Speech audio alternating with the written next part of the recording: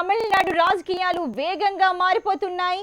Party ఎమ్మెల్యేలను కాపాడుకునేందుకు శశికళ వ్యూహాత్మకంగా పావులు కదుపుతోంది. మద్దతిస్తున్న ఎమ్మెల్యేలు జారిపోకుండా ఉండేందుకు క్యాంప్ రాజకీయాలకు తెరలేపారు. మద్దతిస్తున్న ఎమ్మెల్యేలను పార్టీ కార్యాలయం నుంచి ప్రత్యేక బస్సుల్లో రహస్య ప్రాంతాలకు తరలించారు. వీరందరినీ ఎయిర్పోర్ట్ సమీపంలోని ఓ 5 స్టార్ హోటల్లో ఉంచారు.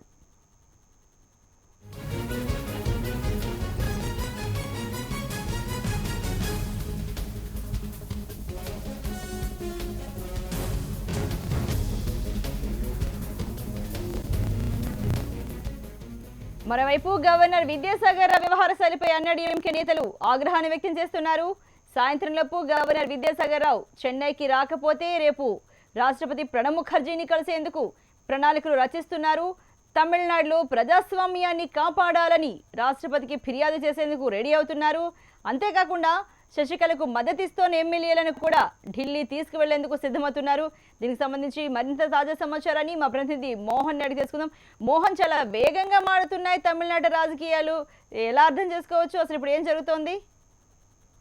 రాజకీయాలు వేడెక్కేసరికి ఏఐడిఎంకే నేతలకు ఒక రకంగా చెప్పాలంటే అభద్రతా ప్రభావం నెలకొంటుంది. అయినప్పటికీ కూడా ఇప్పటి వరకు జరిగినటువంటి పరిణామాలు ఒక ఎత్తు అయితే ఇక మీద జరిగే పరిణామాలు ఒక ఎత్తుగా మారనున్నటువంటి నేపథ్యంలో ఏఐడిఎంకే మద్దతు తెలుపుతూ, అంటే శశికళకు మద్దతు తెలుపుతూ ఉన్నటువంటి 131 మంది ఎమ్మెల్యేలని క్యాంపుకు నడిపించడం మొదలు పెట్టడం జరిగింది. ఇప్పుడే పార్టీ సమావేశానికి హాజరైనటువంటి 131 మంది ఎమ్మెల్యేలను ప్రత్యేక బస్సుల్లో ఎయిర్పోర్ట్ కు దగ్గరగా ఉన్నటువంటి 2 5 స్టార్ హోటల్ బుక్ చేసి అక్కడికి తరలించడం జరిగింది. వారందరినీ కూడా సాయంత్రం వరకు కూడా అక్కడే సమావేశం ఏర్పాటు చేసి సాయంత్రం లోపల కానీ గవర్నర్ రాకపోతే రేపు రాష్ట్రపతిని కలవడానికి ప్రయత్నాలు చేస్తున్నారు. రాష్ట్రపతిని కలిసి తమిళనాడులో ప్రజాస్వామ్యాన్ని కాపాడండి, ఇక్కడ జరుగుతున్నటువంటి ప్రజాస్వామ్యానికి విఘాతం కలిగించే ఏదో జరుగుతున్నటువంటి సమస్యను పరిష్కరించండి అని ఈ సమస్యను రాష్ట్రపతి వద్దకు వెళ్లాలని ప్రయత్నం చేస్తున్నారు. అయితే ఇప్పటి వరకు కూడా రాష్ట్రపతి భవన్ ను సంప్రదించినప్పటికీ అక్కడి నుంచి ఏ రకమైనటువంటి సంకేతాలు కానీ కలవడానికి అనుమతులు కానీ లభించలేదు.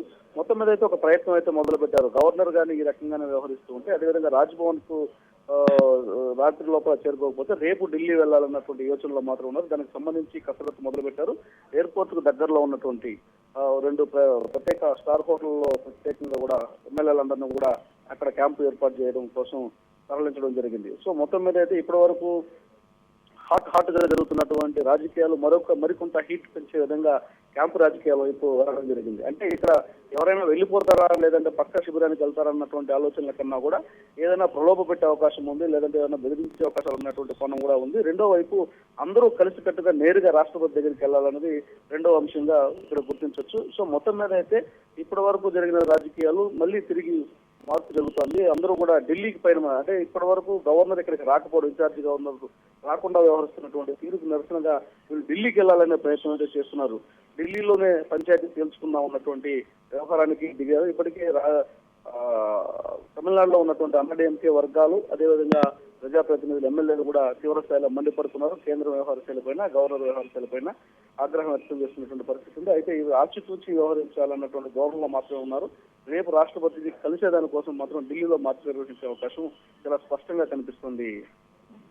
Thank you very much Mohan.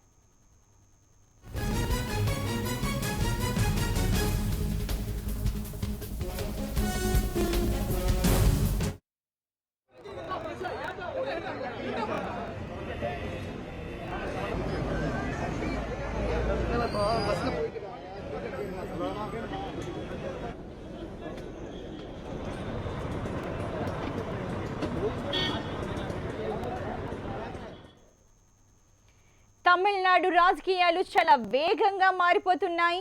Party ఎమ్మెల్యేలను కాపాడుకునేందుకు శశికళ వ్యూహాత్మకంగా పావులు కదుపుతోంది. మద్దతిస్తోన్న ఎమ్మెల్యేలు జారిపోకుండా ఉండేందుకు క్యాంప్ రాజకీయాలకు తెరలేపింది. మద్దతిస్తోన్న ఎమ్మెల్యేలను పార్టీ కార్యాలయం నుంచి ప్రత్యేక బస్సుల్లో రహస్య ప్రాంతాలకు తరలించారు. వీరందరినీ ఎయిర్పోర్ట్ సమీపంలోని ఓ 5 స్టార్ హోటల్లో ఉంచారు.